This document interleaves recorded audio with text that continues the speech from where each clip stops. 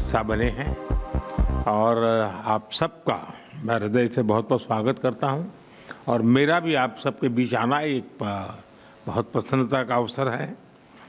इस फोरम से जुड़ने के लिए और अपने बहुमूल्य विचार साझा करने के लिए मैं मेरे मित्र राष्ट्रपति पुतिन का हृदय से बहुत बहुत आभार व्यक्त करता हूं। बिजनेस के लिए सिंप्लीफाइड प्रिडिक्टेबल मैकेनिज्म बनाए जा रहे हैं। भारत और यूरेशियन इकोनॉमिक यूनियन के बीच एफटीए पर चर्चा शुरू हो गई है और साथियों हम अलग अलग विषयों को लेकर के भी, जैसा अभी पीयूष जी ने उल्लेख किया था और जैसा राष्ट्रपति जी ने जो संभावनाओं का वर्णन किया है, उसे देखते हुए हम बहुत कम समय में बहुत बड़े लक्ष्य हासिल कर सकते हैं। बिजनेस हो या डिप्लोमेसी, किसी भी साझेदारी की नींव आपसी विश्वास है।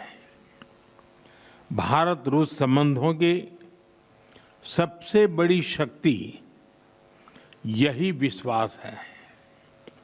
ये हमारे साझे प्रयासों को दिशा भी देता है और गति भी देता है। यही वह लॉन्च पैड है जो हमें नए सपनों, नई आकांक्षाओं की उड़ान भरने के लिए प्रेरित करता है। पिछले वर्ष राष्ट्रपति पुतिन और मैंने 2030 तक द्विपक्षीय व्यापार को $100 बिलियन का उस लक्ष्य को पार करने का हमने निर्धार किया था।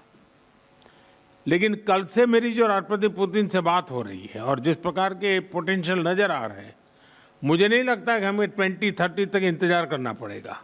ये मैं साफ देख रहा हूं। हम उस लक्ष्य को समय से पहला पूरा करने के संकल्प के साथ आगे बढ़ रहे हैं और मेरा विश्वास बढ़ रहा है। टैरिफ और नॉन टैरिफ बैरियर्स को कम किया जा रहा है,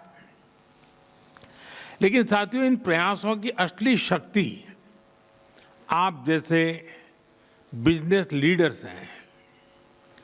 आपकी ऊर्जा, आपका इनोवेशन और आपका एम्बिशन, यही हमारे संयुक्त भविष्य को आकार देते हैं। फ्रेंड, पिछले 11 वर्षों में भारत में जिस स्पीड और स्केल के साथ हमने बदलाव किए हैं वह अभूतपूर्व हैं। रिफॉर्म, परफॉर्म एंड ट्रांसफॉर्म, इस सिद्धांत पर चलते हुए भारत तेजी से विश्व की तीसरी सबसे बड़ी इकोनॉमी बनने की और आगे बढ़ रहा है। और 11 वर्षों की इस रिफॉर्म यात्रा में हम न थके हैं, हम न रुके हैं। हमारे संकल्प पहले से ज्यादा मजबूत हैं और हम लक्ष्य की दिशा में बड़े आत्मविश्वास के साथ बहुत तेज गति से आगे बढ़ रहे हैं। जीएसटी में नेक्स्ट जनरेशन रिफॉर्म और कंप्लायंसेस में कटौती, ऐसे कदम उठाए गए हैं ताकि ईज ऑफ डूइंग बिजनेस को बढ़ावा मिले। डिफेंस और स्पेस को प्राइवेट सेक्टर के लिए खोल दिया गया है। इससे इन सेक्टर्स में नए अवसर बने हैं। अब हम सिविल न्यूक्लियर सेक्टर में भी नई संभावनाओं के द्वार खोलने जा रहे हैं। यह केवल एडमिनिस्ट्रेटिव रिफॉर्म नहीं, बल्कि माइंडसेट रिफॉर्म्स हैं।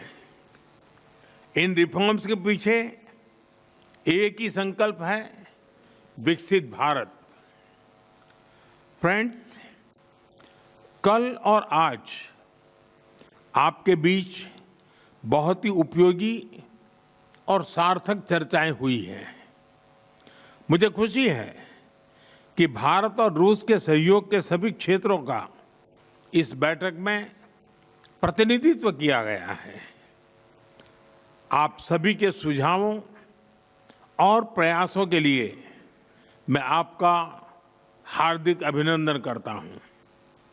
मेरी ओर से हमारे सहयोग को आगे बढ़ाने के लिए कुछ विचार आपके सामने मैं रखता हूं।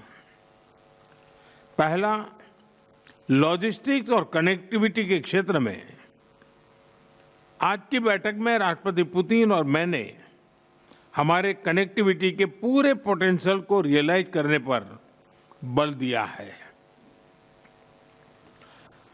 आईएनएसटीसी या तो फिर नॉर्दर्न सी रूट यानी चेन्नई व्लादिवोस्तोक कॉरिडोर, इन पर हम आगे बढ़ने के लिए प्रतिबद्ध हैं।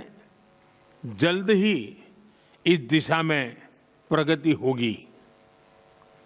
इससे ट्रांजिट टाइम घटेगा, कॉस्ट कम होगी और बिजनेस के लिए नए मार्केट्स खुलेंगे। डिजिटल टेक्नोलॉजी की ताकत के साथ हम कस्टम्स, लॉजिस्टिक्स और रेगुलेटरी सिस्टम को वर्चुअल ट्रेड कॉरिडोर से जोड़ सकते हैं। इससे कस्टम्स क्लियरेंस तेज होगा, पेपर वर्क घटेगा और कार्गो मूवमेंट अधिक सीमलेस बनेगा। दूसरा, मरीन प्रोडक्ट्स। हाल ही में रूस द्वारा भारत से डेयरी और मरीन प्रोडक्ट्स के निर्यात के लिए भारतीय कंपनियों की लिस्ट में विस्तार किया गया है। इससे भारत के एक्सपोर्टर्स के लिए नए अवसर बने हैं। भारत के high quality marine products, value added sea food, processed food, इसकी बड़ी मात्रा में ग्लोबल डिमांड है। हम cold chain logistics, deep sea fishing और फिशिंग हार्बर्स के मॉडर्नाइजेशन में जॉइंट वेंचर और टेक्नोलॉजी पार्टनरशिप बना सकते हैं। इससे रूस की डोमेस्टिक डिमांड भी पूरी होगी और भारतीय उत्पादों को नए मार्केट भी मिलेंगे। तीसरा, ऑटोमोबाइल सेक्टर।